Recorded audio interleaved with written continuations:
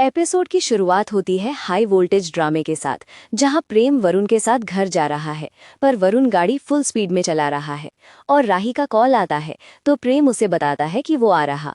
तभी सामने एक दूसरी गाड़ी आती है और उसको टक्कर मार के वरुण आगे बढ़ जाता है। प्रेम बार बार गाड़ी रोकने के लिए कहता है तो वरुण मना कर देता है, लेकिन आगे जाके प्रेम जबरदस्ती गाड़ी रोककर एक्सीडेंट की जगह वापस जाता है। वहां कई लोग इकट्ठा थे जो प्रेम से पूछते हैं कि गाड़ी कौन चला रहा था। तो वरुण तुरंत प्रेम का नाम ले लेता है और लोग गुस्से में प्रेम के पकड़ लेते हैं और मारने लगते हैं। उधर राही भी प्रेम को लेकर परेशान है। इसी बीच अनुपमा टेस्ट करा के आती और सारी रिपोर्ट्स नॉर्मल हैं, जिसके बाद दोनों घर जाने लगते हैं और अनुपमा उसे अच्छे से पढ़ाई करने के लिए कहती है। ये सब हो ही रहा था कि तभी राही के फोन में एक अननोन कॉल आती है इंस्पेक्टर की, जहां वो प्रेम को हिट एंड रन केस में अरेस्ट करने की बात बताता है। ये सुनकर राही और अनुपमा दोनों ही शॉक में हैं। इधर कोठारी हाउस में वसुंधरा पराग से रजनी के बारे में कंफर्म करती है कि ये वही पुरानी रजनी है। वसुंधरा पराग को एक एक कदम सोच समझकर उठाने के लिए कहती है और कहती कि ये बात गौतम को पता नहीं चलनी चाहिए। पराग भी कहता है कि अब इस प्रोजेक्ट में सब कुछ लग चुका है तो वो पीछे नहीं हट सकता है। साथ ही वो वसुंधरा को भी उसकी गलती याद दिलाता है कि कैसे उसने रजनी और पराग को दूर किया था। वहीं राही और अनुपमा पुलिस स्टेशन पहुंचते हैं, जहां प्रेम खुद को इनोसेंट बोल रहा था। अनुपमा पुलिस से प्रेम का गुनाह पूछती है तो वो बोलती है प्रेम ने कपिल को गाड़ी से उड़ा दिया है, लेकिन प्रेम तुरंत कहता है कि एक्सीडेंट मैंने नहीं वरुण ने किया है।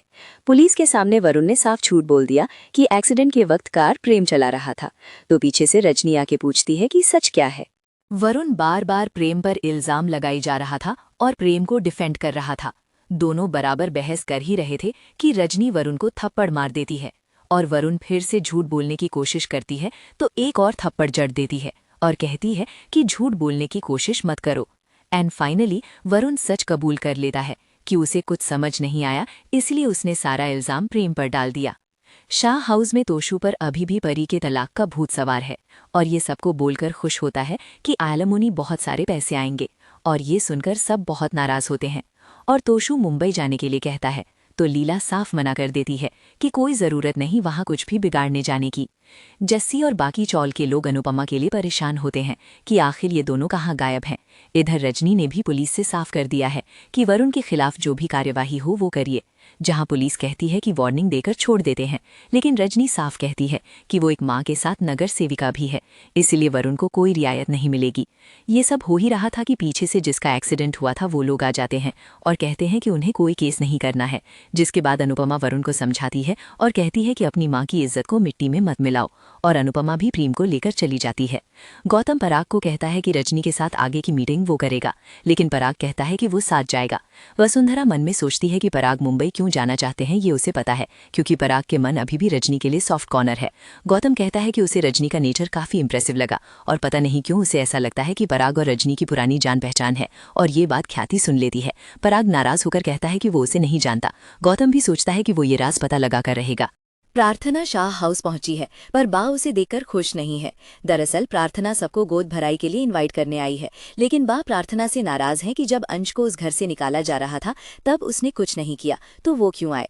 पर प्रार्थना उनसे रिक्वेस्ट करती है, बिना उन सबको उसकी ये रस्म अधूरी है। बा पिघल जाती है और प्रार्थना को अंदर लेकर जाती है। अनुपमा भी राही और प्रेम की नजर उतारकर उन्हें भेजने लगती है। तभी राही रजनी को लेकर अनुपमा को सावधान करती है। उसे लगता है कि रजनी बाहर से कुछ और अंदर से कुछ और है।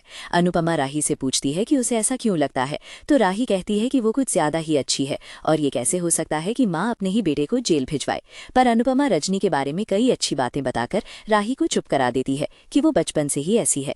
तो क्या अनुपमा रजनी का असली चेहरा कभी देख पाएगी?